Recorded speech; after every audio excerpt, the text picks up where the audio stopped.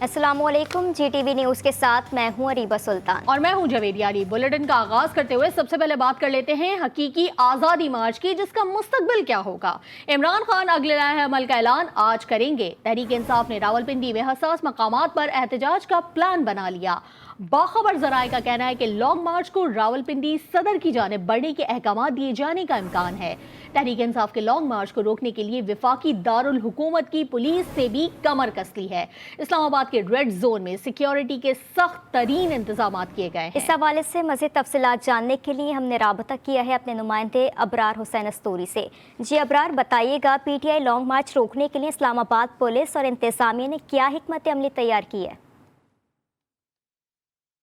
जी बिल्कुल, पाकिस्तान तहरीक इंसाफ के लॉन्ग मार्च के बायस इस्लामाबाद में सिक्योरिटी हाई अलर्ट कर दी गई है और इस्लामाबाद के दाखिली और खारजी रास्तों में बड़े बड़े कंटेनर जो एक माह पहले से रखे में उन्हें भी जो है वो दोबारा जो है रोड्स में रखना शुरू कर दिया गया है। साथ साथ police, Islamabad police, Sindh police के साथ साथ FC और रेंजेस की बारी नफरी भी जो है तमाम अतराब में जो है वो सिक्योरिटी अलर्ट कर दी गई है। और यहाँ पर आपको बता दूँ, मैं इस वक्त D चौक पे मौजूद हूँ और D चौक खासतौर पर रेड जोन के अतराफ जो है वो तमाम एरियाज़ में बड़े बड़े कंटेनर्स, खारदार तारें लगाकर सील कर दिया गया है। और इस वक्त जो D चौक है, खासतौर पर हमने देखा था जब 25 मई का पाकिस्तान तहरीक इंसाफ का लॉन्ग मार्च हुआ था, उस वक्त भी इसी D चौक के ज़रिए इन्हीं कंटेनर्स को हटाकर पाकिस्तान तहरीक इंसाफ के कारकुनान D चौक के अंदर दाखिल हुए थे। तो इस वजह से सिक्योरिटी यहाँ पर इंतहाई सख्त कर दी गई है। इसके साथ साथ तहरीक इंसाफ का जो लॉन्ग मार्च है आज वो रवात पहुँचेगा और दूसरी जानिब इंतजामिया ने ताहाल जो है पिंडी या इस्लामाबाद में उनको दाखिले की इजाज़त और साथ साथ किस जगह पे ये धरना होगा, लोकेशन क्या होगी, इन तमाम के हवाले से कोई इजाज़तनामा नहीं दिया है। जबकि आज इमरान खान इस हवाले से हम ऐलान भी करेंगे कि वो अपना जो लॉन्ग मार्च है वो पिंडी में रखेंगे या वो इस्लामाबाद के अंदर दाखिल होंगे। ताहम इस्लामाबाद के तमाम जो दाखिली और खारजी रास्ते हैं वहाँ पर खारदार तारें, कंटेनर्स और बारी नफरी के साथ जो है वो सील कर दिए गए हैं। जी बहुत शुक्रिया अबरार हुसैन अस्तूरी हमें अपडेट करने के लिए। PTI ने इस्लामाबाद से चकबेली रोड तक रैली के लिए DC को दरख्वास्त दे दी है। PTI के अली नवाज अवान की जानिब से NOC के लिए दरख्वास्त दी गई है। PTI की रैली आज कोराल से शुरू होकर चकबेली तक जाएगी। इसी की तफसीलात ले लेते हैं अपने नुमाइंदे हमीद लंगरा से। हमीद, आगाह कीजिएगा कि PTI की रैली कहाँ पहुँची है और ये कब अपनी मंजिल पर पहुँचेगी? जी, पाकिस्तान तहरीक इंसाफ की जानिब से आगाही दरख्वास्त जो है वो DC इस्लामाबाद को दी गई है और ये रैली आज क्रॉल चौक एक्सप्रेस इस्लामाबाद एक्सप्रेस वे पे जो है वहाँ से शुरू होगी और ये T चौक से आगे चकबेली रोड है, वहाँ तक इसने जाना है। और इसमें जो है इस्लामाबाद की हदूद है उसके हवाले से इंटीमेट किया गया है DC इस्लामाबाद को और ये दरख्वास्त दी गई है कि इस हवाले से सिक्योरिटी के इंतजाम जो हैं वो किए जाए। ये दरख्वास्त जो है PTI इस्लामाबाद के सदर अली नवाज अवान की जानिब से दायर की गई और ये रैली आज जो है रवात जो रावलपिंडी की हदूद में चकबेली रोड आता है वहाँ पर आज पाकिस्तान तहरीक इंसाफ के हकीकी आज़ादी मार्च का आखिरी पड़ाव है। और उसके बाद रावलपिंडी के अंदर जो है इस हवाले से आज कि आगे उन्होंने किस तरीके से रावलपिंडी में आना है और फिर इस्लामाबाद में आना है, इस हवाले से जो है आज चेयरमैन PTI इमरान खान अपने खिताब में उस लाएअमल जो है वो भी देंगे। जी बहुत शुक्रिया हमीद लंगरा, आपने अपडेट किया। और यहाँ आपको बताएं कि मुसल्लह अफवाज के सरबराह की तैनाती चीफ जस्टिस सुप्रीम कोर्ट की तरह होनी चाहिए, ये कहना है साबिक वज़ीर आज़म इमरान खान का, जिन्होंने सीनियर सहाफ़ियों से गुफ्तगू करते हुए कहा है कि आर्मी चीफ से मेरी लाहौर में कोई मुलाकात नहीं हुई। सदर आरिफ अलवी की आर्मी चीफ से मुलाकात हुई है। मुलाकात का वाहिद एजेंडा जल्द शफाफ इंतखाबात था। आम इंतखाबात के बाद सियासी जमातों से इत्तेहाद मुमकिन है।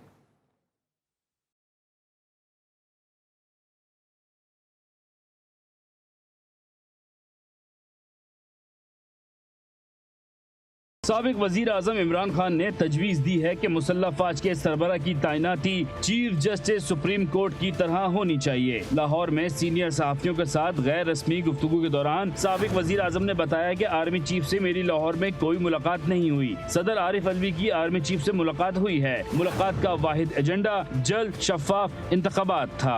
पाकिस्तान तहरीक इंसाफ के चेयरमैन ने दावा किया कि नवाज शरीफ वो आर्मी चीफ लगाना चाहता है जो मुझे नाअहल करे और नवाज शरीफ के केसेस खत्म करें और फिर उसे इख्तिदार में लाएं। मौजूदा हुकूमत आर्मी एक्ट में तरमीम अपने फायदे के लिए कर रही है। आर्मी एक्ट में तरमीम करके मुसल्लह फौज को पंजाब पुलिस के बराबर लाना चाहते हैं। आर्मी एक्ट में होने वाली मुजव्वजा तरमीम आला अदलिया में चैलेंज हो जाएगी। इमरान खान ने कहा कि रावलपिंडी से लॉन्ग मार्च की क़यादत खुद करेंगे। अरशद शरीफ के मामले पर इनका किया गया जुल्म सबके सामने है। तोशा खाना केस में उन्होंने मुझे खुद अदालत जाने का मौका दिया है।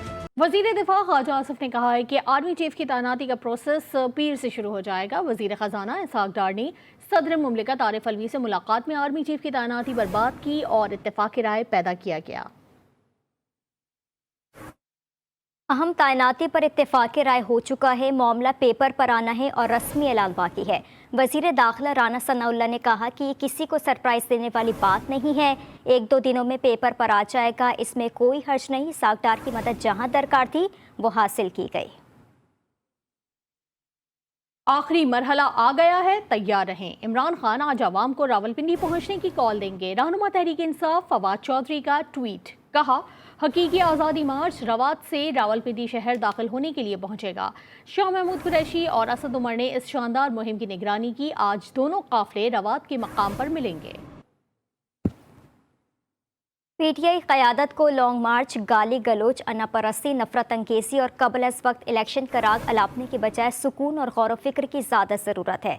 ज़बान, अमल और नियत के शर से ख़ुद भी बचें, कौम को भी बचाएं। ख्वाजा साद रफ़ी का ट्वीट में मशवरा लिखा, यहाँ कोई बरहमन है न अछूत, सियासत को मज़ीद परगंदा ना किया जाए। तोशा खाना के नहायत कीमती तहाइफ की लूट मार छुपाने के लिए इमरान और उनके चीखे झूठ पर झूठ बोल रहे हैं, मगर बात नहीं बन रही। कई तहाइफ ओने पोने खरीद कर बेचे गए, मुतादिद तहाइफ बगैर इंदराज गायब किए गए। लॉन्ग मार्च तोशा खाना की दलदल में धंस चुका है।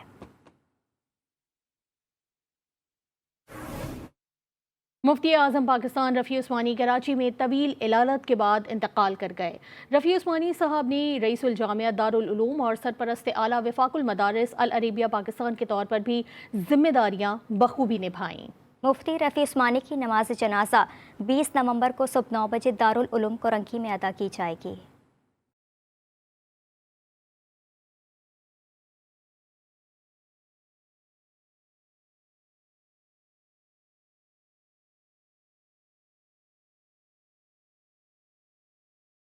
आलिम की मौत आलम की मौत है। मुफ्ती आज़म पाकिस्तान मुफ्ती मोहम्मद रफ़ी उस्मानी तवील अलालत के बाद कराची में इंतकाल कर गए। रफ़ी उस्मानी दारुल उलूम कराची के रईसुल जामिया और वफाकुल मदारिस अल अरबिया पाकिस्तान के सरपरस्त आला थे। उन्होंने कई मौक़ों पर दीनी मामलात के साथ मुआशी, सियासी और समाजी मसाइल पर कौम और हुकूमत की रहनुमाई की। रफ़ी उस्मानी साहब 21 जुलाई 1936 को भारतीय शहर देवबंद में पैदा हुए थे। आप मुफ्ती आज़म पाकिस्तान मोहम्मद शफी उस्मानी के बड़े साहिबजादे थे।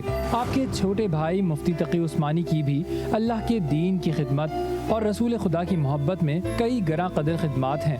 रफ़ी उस्मानी ने 2 कौमी नज़रिया समेत कई अहम मौज़ूआत पर अरबी और उर्दू में कई किताबें तहरीर की। हर हफ्ते और बुध के दिन आप अपने वालिद की तफसीर का दर्स देते थे। वज़ीर आज़म शहबाज शरीफ ने कहा है कि मुफ्ती रफ़ी उस्मानी का शुमार आलम इस्लाम के जय्यद उलमा और मुहक्किकीन में होता था। अपने तासीती ट्वीट में उन्होंने मज़ीद कहा कि मुफ्ती रफ़ी उस्मानी ने अपने इल्म की रोशनी से एक आलम को मुनव्वर किया। उनकी वफ़ात पाकिस्तान और आलम इस्लाम के लिए बहुत बड़ा सानहा है। दुआ की कि अल्लाह ताला मरहूम को अपने जवारे रहमत में जगा दे।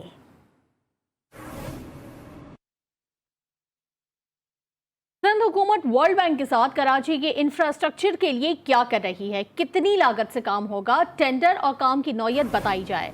सिंध हाई कोर्ट में मंसूबे में कवायद के खिलाफ टेंडर दिए जाने के खिलाफ दरखास्त दायर कर दी गई है। इस हवाले से मज़ीद जानने के लिए हमने राबता किया है अपने नुमाइंदे मंसूर ज़िया से। जी मंसूर, समात की मज़ीद क्या तफसीलात हैं, बताइएगा।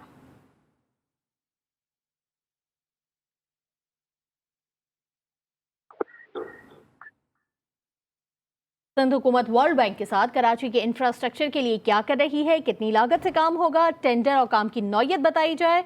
सिंध हाई कोर्ट में मंसूबे में कवायद के खिलाफ टेंडर दिए जाने के खिलाफ दरखास्त दायर कर दी गई है।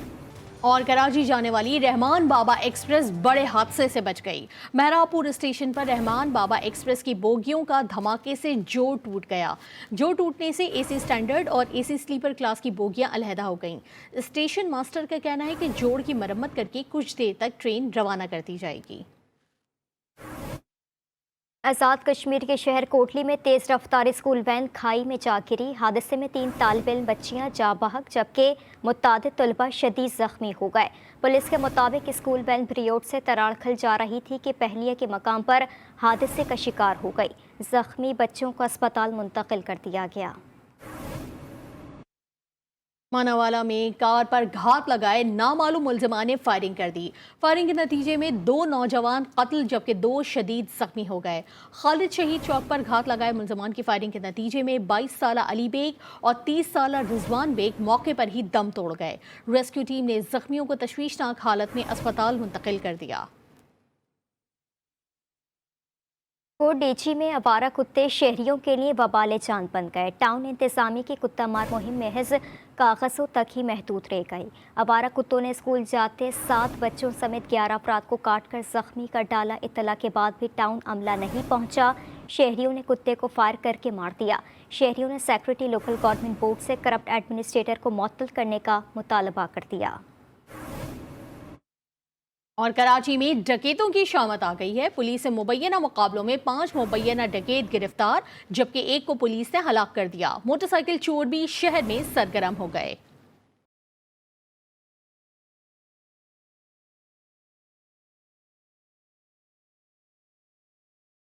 डकैतों के खिलाफ पुलिस ने दिखाया एक्शन। कोरंगी में पुलिस के 2 मुख्तलिफ मुबैना पुलिस मुकाबले हुए। 4 मुसल्लह मुलजिमान जख्मी हालत में गिरफ्तार कर लिए गए। पुलिस के मुताबिक थाना जमान टाउन और सऊदाबाद पुलिस के इलाका गश्त पर मामूर थी कि शहरियों को लूटने वाले 4 डकैतों को वारदातें करते देखा। मुलजिमान का ताकुब किया जिसके नतीजे में 2 तरफा फायरिंग के तबादले के बाद 2 मुख्तलिफ पुलिस मुकाबलों के दौरान 4 जख्मी मुलजिमान को गिरफ्तार कर लिया गया। गिरफ्तार मुलजिमान के कब्जे से 4 पिस्टल, बिमा एमुनिशन, 6 छीने हुए मोबाइल फोन और नकदी बरामद कर ली गई। गिरफ्तार मुलजिमान की शनाख्त गुलाम कादिर, मुनव्वर आजम, नूर आलम और अब्दुल करीम के नाम से हुई। खालिद बिन वलीद रोड के करीब मुबैना डकैतों और पुलिस का आमना सामना हो गया। पुलिस ने मुबैना पुलिस मुकाबले में 1 मुबैना डकैत को हलाक और 1 को जख्मी हालत में धर लिया। लियारी मूसा लेन माइलस्टोन सुपरमार्केट के करीब मोटरसाइकिल चोरी कर ली गई। चोर टहलता हुआ आया, बाइक पर बैठ गया, फोन पर बात करता रहा, इधर उधर देखा। जब तसल्ली हो गई तो इग्निशन को महारत से डायरेक्ट कर दिया और जैसे ही मौका मिला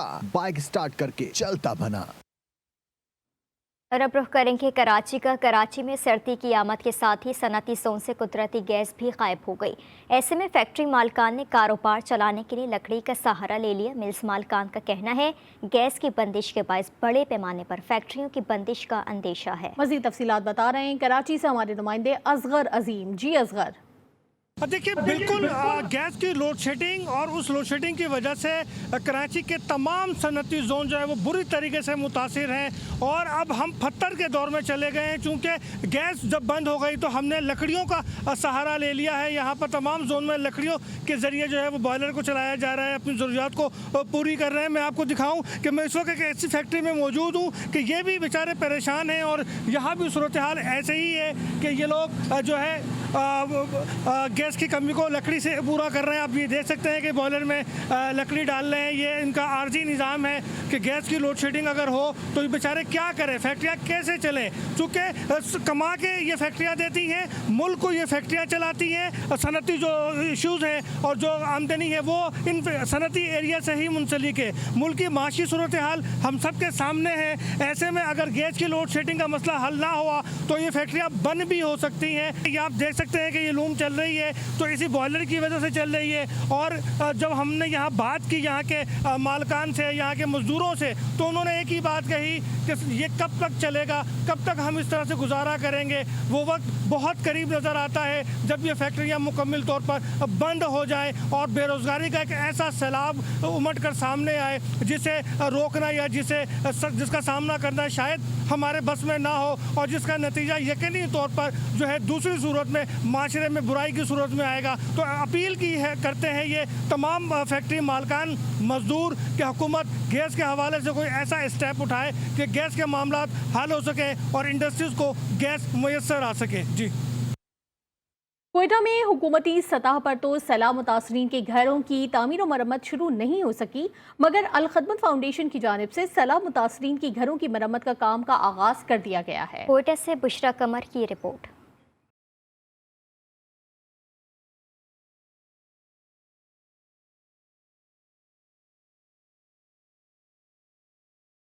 क्वेटा के मुख्तलिफ इलाकों में सैलाब ने जहां कई मकानात को मुकम्मल तबाह किया, वहीं सैकड़ों मकानात को जुज़वी तौर पर भी नुकसान पहुंचा।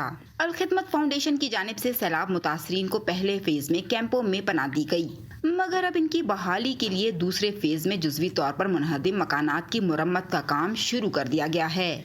दीवार गिरी हैं, उनका दीवार हम लोग बनाएंगे, किसी का छत टूट चुकी है उसका छत बना देंगे, और किसी का छत साबित है हम उसका फिर वो मकान जो है वो कमरा जो है हम लोग बनाएंगे, वही छत उसके ऊपर पर रखेंगे। मकानात की मुरम्मत पर मुतासरीन बेहद खुश हैं। मैं खुद बेवा हूँ, मेरे 5 बेटी हैं, एक बेटा है मेरा जो वो हमारे खर्चे पे पूरा नहीं कर सकता है।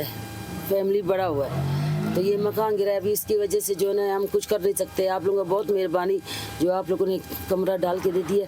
अल खिदमत फाउंडेशन की जानिब से अपने इलाकों में वापस जाने वाले मुतासरीन में राशन भी तकसीम करने का सिलसिला जारी है। कैमरामैन फतेह मोहम्मद के साथ बुशरा कमर, GTV न्यूज़, क्वेटा। और कराची के इस्लामिया कॉलेज की इमारत खाली कराने का मामला, पुलिस की भारी नफरी इस्लामिया कॉलेज पहुंच गई। मुमकिन मुज़ाहमत के बायस वाटर कैनन भी पहुंचा दी गई है। जी हाँ, कराची के इस्लामिया कॉलेज की इमारत खाली कराने का मामला है और इस सिलसिले में पुलिस की भारी नफरी इस वक्त इस्लामिया कॉलेज पहुंच चुकी है। मुमकिन मज़ाहमत के बायस वाटर कैनन भी पहुंचा दी गई है। अदालती अहकामात पर इस्लामिया कॉलेज खाली कराने के लिए पुलिस जो है भारी नफरी इस्लामिया कॉलेज पहुँच चुकी है। तफसीलात जान लेते हैं अपनी नुमाइंदा जमजम सईद से। जमजम, आगाह कीजिएगा कि कॉलेज की इमारत क्यों खाली कराई जा रही है और इमारत खाली कराने के बाद उसे सील कर दिया जाएगा या किसी और के हवाले किया जाएगा? जी देखिए, अदालती अहकामात पर इस्लामिया कॉलेज को खाली कराने के मामले की अगर मैं बात करूं तो पुलिस की भारी नफरी इस वक्त इस्लामिया कॉलेज के बाहर पहुंच गई है और मुमकिन मज़ाहमत के बायस वाटर कैनन भी पहुंचा दिया गया है। जबकि SHO जमशेद का यही कहना है कि इस्लामिया कॉलेज जो है वो प्राइवेट प्रॉपर्टी पर कायम है और इससे जो है कॉलेज का कब्जा के जीतने वाले ट्रस्टीज के हवाले किया जाएगा। ये केस अदालत में गुज़िश्ता 40 साल से जो है चल रहा है, जबकि अदालत जो है उसको सपोर्ट करने के लिए पहुंचे हैं पुलिस हकाम। जी बहुत शुक्रिया जमजम सईद, अपडेट किया। एक ब्रेक के बाद हाजिर होंगे हेडलाइंस के साथ। आप देखते रहिए GTV न्यूज़।